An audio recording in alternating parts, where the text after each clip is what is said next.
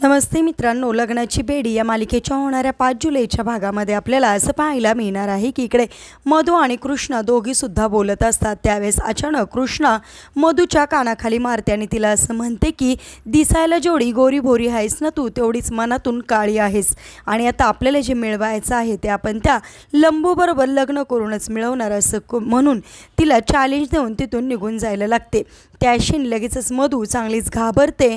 तिला असं वाटतं की आता ही कृष्णा राघव बरोबर लग्न करेन, म्हणूनच ती हातामध्ये मोबाईल असतो, मोबाईलमध्ये सावीचा फोटो असतो, तो फोटो ती कृष्णाला थांबवते आणि म्हणते, हे बघ तुला मुलगी हवी आहे ना, ही बघ ही मुलगी मी तुला देईल।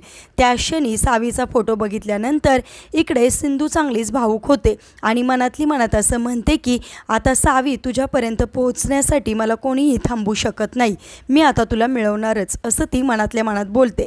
म्हणजेच आता कृष्णा म्हणजे सिंधू आता मधुला चांगले जाळ्यात अडकून आता सावीची सुखरूप सुटका करून घरी घेऊन येताना आपल्याला पाहायला मिळणार।